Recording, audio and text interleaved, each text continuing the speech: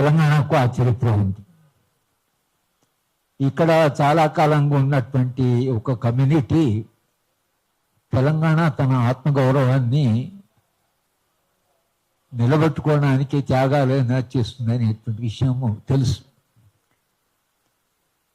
అయితే తెలంగాణ పోరాడింది తెలంగాణ ప్రజలకు జరుగుతున్న అన్యాయానికి వ్యతిరేకంగా. ఒక వెనుకబడిన ప్రాంతము తన అస్తిత్వం కొరకని, తన న్యాయం కొరకని తెలంగాణ పోరాటం చేసింది. ఒక వర్గము లేదా ఆంధ్ర ప్రాంత బలమైన వర్గం వెళ్ళిపోవచ్చు, కానీ తెలంగాణకు న్యాయం జరిగిందా లేదా అనేటువంటి అంశం ఒకటి ఉంది. వెనుకబడిన ప్రాంతాలకు లేదా వెనుకబడిన రాష్ట్రాల్లో, చాలా రాష్ట్రాల్లో ముఖ్యంగా వ్యవసాయ రంగంలో వ్యవసాయాన్ని కాపాడుకోని కొరకని వేరే వాళ్ళు, వేరే ప్రాంతాల వాళ్ళు కానీ వేరే రాష్ట్రాల వాళ్ళు కానీ అక్కడ భూములు కొనడానికి వీల్లేదు అనేటువంటి చట్టాలు ఉన్నాయి దేశవ్యాప్తంగా. అలాగే తెలంగాణ కూడా జెంటిల్మెన్ అగ్రిమెంట్లో తెలంగాణ భూములని బయట వాళ్ళు ఎవరు కొనాలన్నా తెలంగాణ రీజనల్ కమిటీ పర్మిషన్ లేకుండా, తెలంగాణ ప్రజల అనుమతి లేకుండా భూములు కొనడానికి వీల్లేదు అనేటువంటి చట్టాలు కూడా ఉన్నాయి. ఎందుకు ఉన్నాయంటే అది చట్టాలు, ఎవరైనా వ్యాపారం చేయొచ్చు, ఎవరైనా వ్యవసాయం చేయొచ్చు, అంతా ఒకటే దేశం కదా అంటే న్యాయం అనేది ఒకటి ఉంటుంది. వెనకబడిన ప్రాంతము, ఆ ప్రాంతంలో బలమైన వాళ్ళు వస్తే భూములను కొనేస్తే, తెలంగాణ లాంటి ప్రాంతంలో భూ నిర్వాసులు అయిపోతే, భూమి పోతే తెలంగాణ ప్రజలు ఎలా జీవిస్తారనే ప్రశ్న కూడా ఉంది. అంటే వ్యాపారానికి వచ్చే వరకు వ్యాపారం ఎన్నడూ కూడా ఇంత అంటే విమర్శకు గురి కావడం కానీ, వ్యాపారానికి వ్యతిరేకంగా పోరాటాలు కానీ ఎక్కువగా జరగలేదు. హైదరాబాద్ రాష్ట్రంలో ఎవరు వచ్చినా ఈ రాష్ట్రము తనలో నిలుపుకుంది, తనలో కలుపుకుంది. బహుశా హైదరాబాద్ నగరంలో ఉన్నన్ని అంటే ప్రాంతాల వాళ్ళు, అది మహారాష్ట్రనే కావచ్చు, కర్ణాటకాస్ కావచ్చు, పంజాబీసే కావచ్చు, గుజరాత్, ఇక్కడ మొత్తము హైదరాబాద్ నిండా అన్ని ప్రాంతాల వాళ్ళు ఉన్నారు.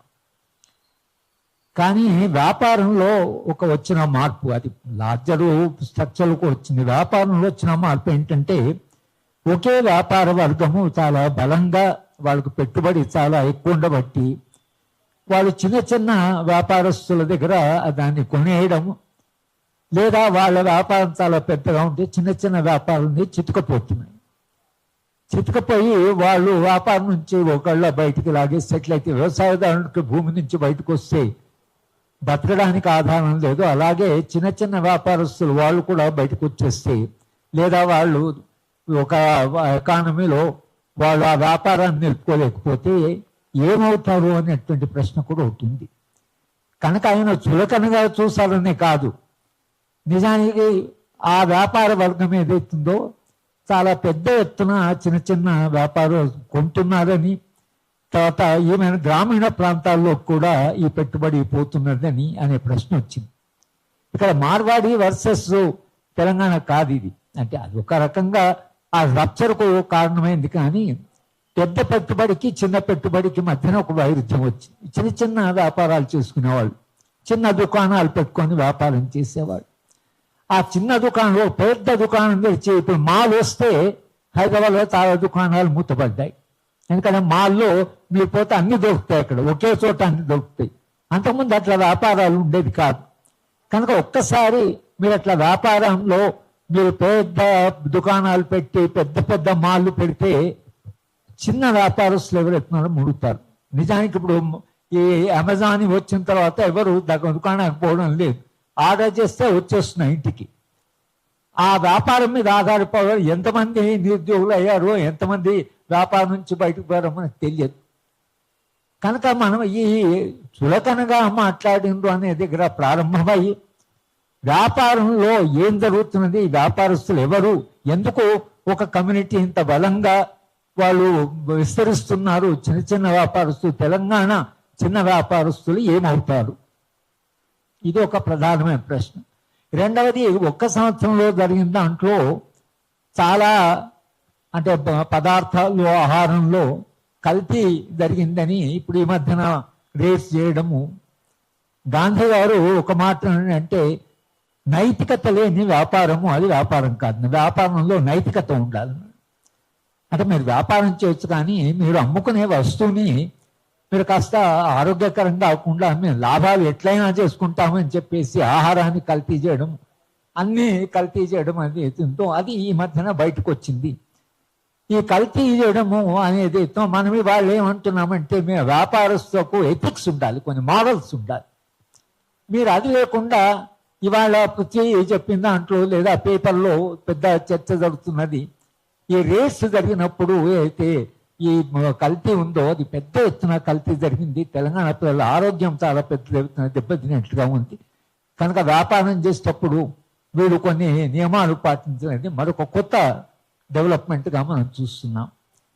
కనుక ఇవాళ తెలంగాణ ప్రజలు కోరుకుంటే ఏంటంటే అయ్యా చిన్న చిన్న వ్యాపారస్తులు మునిగిపోతే ఒక పెద్ద ఎత్తున ఆల్రెడీ అన్ఎంప్లాయ్మెంట్ ఉంది, పెద్ద ఎత్తున నిరుద్యోగం ఉంది. ఈ నిరుద్యోగంలో అటు వ్యవసాయ రంగంలో ఒకవేళ వ్యవసాయదారులు పెద్ద పెద్ద వ్యవసాయపై పెద్ద పెట్టుబడి కొంటే వాళ్ళంతా బయటకు వస్తే ఎక్కడ వస్తారు? నిరుద్యోగులు హైదరాబాద్కు వస్తారు. ఇవాళ మీరు చిన్న చిన్న వ్యాపారాలు కోల్పోతే వాళ్ళంతా ఏం చేస్తారు? వేరే వ్యాపారస్తుల దగ్గర చిన్న చిన్న అమ్ముకోవడానికి ఉద్యోగులుగా చేరుతారు. స్వతంత్రంగా వ్యాపారం చేసేవాళ్ళు పెద్ద వ్యాపారస్తుల దగ్గర పోయి ఉద్యోగం చేయవలసి వస్తుంది. ఈ పరిస్థితి మారాలని చిన్న వ్యాపారస్తులని కాపాడాలి. ఎట్లయితే చిన్న రైతుల్ని కాపాడున్నానో చిన్న వ్యాపారస్తులను కాపాడాలి. ప్రభుత్వము చిన్న వ్యాపారస్తులను కాపాడుకోవడం చట్టం తీసుకురావాలి. పెద్దగా డబ్బు ఉన్నవాడు పెద్ద పెట్టుబడి ఉన్నవాడు వెళ్ళి చిన్న చిన్న వాళ్ళని కొని వాళ్ళందరినీ పాపం దుకాణం వాళ్ళు బయటకు పోతే పరిస్థితి చాలా దారుణంగా ఉంటుంది. తెలంగాణ కొట్లాడిన దీని కూడా కాదు, తెలంగాణలో చిన్న వ్యాపారస్తున్నా చిన్న రైతైనా తెలంగాణలో చదువుకున్న విద్యార్థులకైనా తెలంగాణలో అవకాశాలు ఉండాలి. పరిశ్రమలు పెడుతున్నారు. మా తాలూకాలు కూడా పరిశ్రమలు పెట్టారు. మా షాద్నగర్ నుంచి మా ఊరు దాకా అన్ని పరిశ్రమలు వచ్చినాయి. కానీ ఆ లోకల్ ప్రాంతంలో ఏ గ్రామం నుంచి కూడా ఒక్క వ్యక్తిని కూడా వాళ్ళు తీసుకోలేదు. అంతా బిహారీసు, మార్వాడీసు, తర్వాత ఈ అస్సాం వాళ్ళు, ఒరిస్సా అందరూ వచ్చారు, లేబర్ అంతా వచ్చారు. మా చెల్లె స్కూల్ నడుపుతుంది. ఇప్పుడు అంతా ఆమె స్కూల్ నిండా వాళ్ళే బీహార్ పిల్లలు, అస్సాం పిల్లలు, ఒరిస్సా పిల్లలు వీళ్ళు వచ్చారు. అంత హిందీ మాట్లాడేవాడు. ఆమంటే మా పిల్లలు మొత్తం మా స్కూల్ కాంపిటీషన్ మారిపోయింది. అంటే మీరు ఇక్కడ వాళ్ళకి పనికిరారా? అంటే ఇక్కడి వాళ్ళు మీరు ఉద్యోగాలు ఇవ్వరా? కనీసం 30% అయినా లోకల్ వాళ్ళకి జీరో, ఒక్కరిని తీసుకోలేదు. అంటే మీరు పరిశ్రమలు పెట్టినా తెలంగాణ వాళ్ళు పనికిరారు, వ్యాపారంలో మీరు పనికిరారు, వ్యవసాయ రంగంలో దెబ్బతింటే తెలంగాణ భవిష్యత్ ఏమిటి అనే ప్రశ్న మన ముందున్నది వాళ్ళు. అందుకని ఈ పెద్ద వ్యాపారస్తులు ఎవరు ఎత్తున్నారో నాన్న మీ లాభం మీరు ఏం చేసుకున్నా కూడా చిన్న వ్యాపారస్తులని కొనడం కానీ లేదా వాళ్ళని మొత్తం పెద్ద దుకాణం బట్టి వాళ్ళని పూర్తిగా అన్యాయం చేయడం కానీ, అది ట్రేడింగ్ అనేది వ్యాపారం ఎంతో పెద్ద ఎత్తున ఎంప్లాయ్మెంట్ ఉంటుంది. దేశవ్యాప్తంగా ట్రేడింగ్ చూస్తే ట్రేడింగ్లో పెద్ద ఎత్తున ఎంప్లాయ్మెంట్ ఉంటుంది. చాలామంది దాంట్లో తీసుకుంటారు. కానీ వీళ్ళు ఇక్కడ తెలంగాణ వాళ్ళని తీసుకోకుండా కూడా అసలు వాళ్ళని తీసుకురావడం, ఇది ఇట్లా జరగడం వలన ఒక వెనుకబడిన ప్రాంతము తన అస్తిత్వం కొరకను 50 ఏళ్ళు పోరాడి ఒక ప్రాంతాన్ని ఒక రాష్ట్రంగా తెచ్చుకుంటే, మనం రాష్ట్రంగా తెచ్చుకున్నది తెలంగాణలో ఉండేటువంటి ప్రజలు వెనుకబడిన ప్రాంతము, వాళ్ళు నిజంగా చాలా అన్యాయానికి గురయ్యారు. మనకంటూ రాష్ట్రం వస్తే మనకు ఒక రక్షణ ఉంటుంది, మన వాళ్ళకి అవకాశాలు ఉంటాయి, మన వాళ్ళకు వ్యాపారంలో రాజ్యం సపోర్ట్ ఉంటుంది, మన వాళ్ళకు నీళ్లు కావాల్సిన నీళ్లు వ్యవసాయానికి వస్తాయి. జయశంకర్ గారు నీళ్లు, నిధులు, నియామకాలు అనేది అన్నాడో మరి ఆ నియామకాలు కానీ నీళ్లు కానీ నిధులు కానీ ఇవన్నీ ఏమయ్యాయి? ఇవాళ ఎందుకు ఒక కమ్యూనిటీ తెలంగాణ గురించి అలా మాట్లాడడం కానీ, ఈ చిన్న చిన్న వ్యాపారస్తులు దెబ్బతినడం కానీ, లేకపోతే ఆహారంలో కల్తీ చేయడం కానీ, ఇవన్నీ కూడా తెలంగాణ ప్రజలు గమనిస్తున్నారు. పృథ్వీ లాంటి వాళ్ళు, తర్వాత ఇక్కడ ఉండే యంగ్ గ్రూప్ ఎవరైతున్నారో, ఎవరైతే తెలంగాణ పోరాటంలో కూడా చాలా యాక్టివ్గా పార్టిసిపేట్ చేశారో వాళ్ళందరూ కూడా ఇవాళ రాష్ట్ర ప్రభుత్వాన్ని అడుగుతున్నది ఏంటంటే, మీరు ఇక్కడ తెలంగాణలో ఉండే వాళ్ళని తెలంగాణలో ఇక్కడ తెలంగాణ స్థిరపడి తెలంగాణ మాది అని పోరాటం చేసిన వాళ్ళకు మీరు ఏం న్యాయం చేస్తారు, ఏం చట్టాలు తీసుకొస్తారు, ఇది పెద్ద పెట్టుబడి నుంచి చిన్న పెట్టుబడిని ఎట్లా కాపాడుతారు అనేటువంటి విషయాన్ని మనం ప్రభుత్వాన్ని అడుగుతున్నాం. అలాగే మార్వాడి కమ్యూనిటీకి మనం చెప్తున్నది ఏమిటంటే, మీరు ఈ ప్రాంతానికి వచ్చి మీరు స్థిరపడ్డారు, కానీ మీరు ఎక్కడ మొత్తంగా విస్తరించి మీరు అక్కడికి రాజకీయాలు వ్యాపారంతో అవుతారో మీ రాజకీయాలను కూడా తీసుకెళ్ళి మీరు అక్కడ ఈ రాజకీయంగా స్థిరపడాలి మీరైతే అంటున్నారో, అట్లా కాకుండా ఈ ప్రాంతం వాళ్ళని అడ్జస్ట్ చేసుకొని ఈ ప్రాంతం వాళ్ళకి అవకాశాలు ఇచ్చి మీరు చిన్న చిన్న వ్యాపారస్తులకి మద్దతుగా ఉండాలి, కానీ వాళ్ళు ఎవరైనా మొత్తం మేము లాభాలు చేసుకుంటామనేటువంటి ఈ కల్చర్ ఏదైతుందో దీనికి వ్యతిరేకంగా తెలంగాణ యువత మళ్ళీ తమ గళం ఎత్తి ఒక్క మాట ఏం చెప్తున్నానంటే, ఇక్కడ న్యాయం జరగాలి, మీరు ఎవరు వచ్చినా ఇక్కడ మా కల్చర్ను గౌరవించాలి, మా ప్రాంతాన్ని గౌరవించాలి, మా ప్రాంతం వాళ్ళకి అవకాశాలు ఉండాలి. కానీ మా ప్రాంతం వాళ్ళకి అన్యాయం జరిగితే మేము ఒక అన్యాయానికి వ్యతిరేకంగా పోరాడిన వాళ్ళని మళ్ళీ మరొక అన్యాయం జరుగుతున్న మా కళ్ళ ముందు జరుగుతున్నప్పుడు తప్పకుండా ఈ అన్యాయాన్ని మేము ప్రశ్నిస్తాం. అలాగే రాష్ట్రంలో అధికారంలో ఉండే పార్టీని కూడా మన అడగమంటే తెలంగాణ ఎందుకు తెచ్చినట్టు, తెలంగాణలో ఏం జరుగుతున్నది అని, ఎందుకు ఒక బిజినెస్ కమ్యూనిటీ ఇంత పవర్ఫుల్గా మాట్లాడుతున్నాడు, ఎందుకు ఇలా ఉన్నాడు అనే ప్రశ్న తప్పకుండా మనం అడుగుతున్నాం.